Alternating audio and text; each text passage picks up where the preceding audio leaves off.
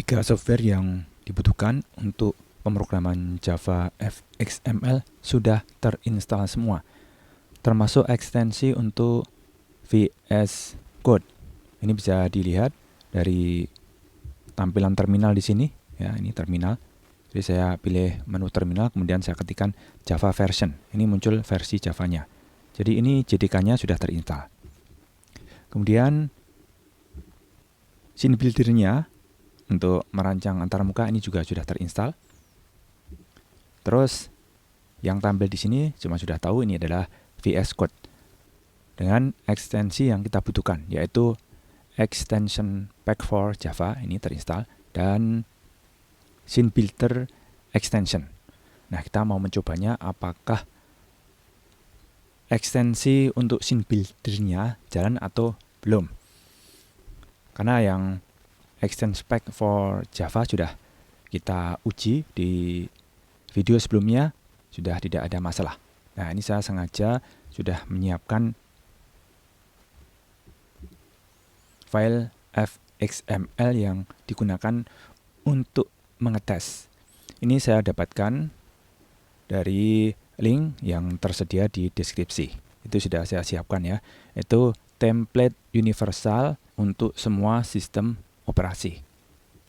Nanti walaupun yang kita pakai untuk mengetes adalah fxml-nya, tapi kita tetap membukanya sebagai project. Tapi isinya hanya satu file ini saja. Ya, kalau memang ketika file mau dijadikan satu di sini tidak masalah ya. Download kemudian diekstrak di folder ini nggak masalah. Tapi ini biar fokus hanya fxml-nya saja. Oke, kita kembali ke VS Code. Nah, karena kita mau membukanya sebagai folder, kita pilih ini.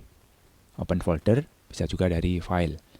Kemudian open folder, sama saja ya. Open folder, kita mengarah ke folder tadi, ada di dokumen, kemudian ini foldernya ya. Terus kita select folder. Ya, oke. Satu-satunya file yang ada di folder ini adalah file fxml ini ya. Ini coba kita pakai untuk memeriksa apakah scene builder-nya sudah terintegrasi atau belum. Kita klik kanan, kemudian kita open in scene builder. Nah, ternyata tidak langsung terbuka. Jadi ekstensi scene builder-nya belum terintegrasi. Nah, ini bisa kita cancel. Kita bisa mengaturnya dari menu view, kemudian comment palette. Ini kita cari item yang dipakai untuk membuat konfigurasi scene builder. Nah ini dia, mulai dengan configure scene builder path. Ini kita pilih. Nah, di sini kita harus menuju ke folder tempat scene builder diinstal. Ya, karena saya menginstalnya menggunakan hak administrator sehingga saya bisa memanfaatkan folder program file. Jadi ini bukan folder default sehingga VS Code-nya mencari-cari dan tidak ketemu.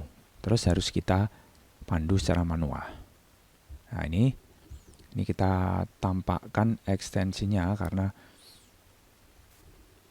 sama-sama scene builder. Kita cari yang 64 bit. Coba kita cari tahu yang 64 bit dari mana, karena ekstensinya tidak tampak. Nah, ini dia ya. Ini ternyata bukan 64 dan 32, tetapi application sama icon. Kita pilih yang application. Kita pilih ini, kemudian kita open. Ya, sekarang coba kita buka. Sekali lagi dari klik kanan, kemudian open in scene builder.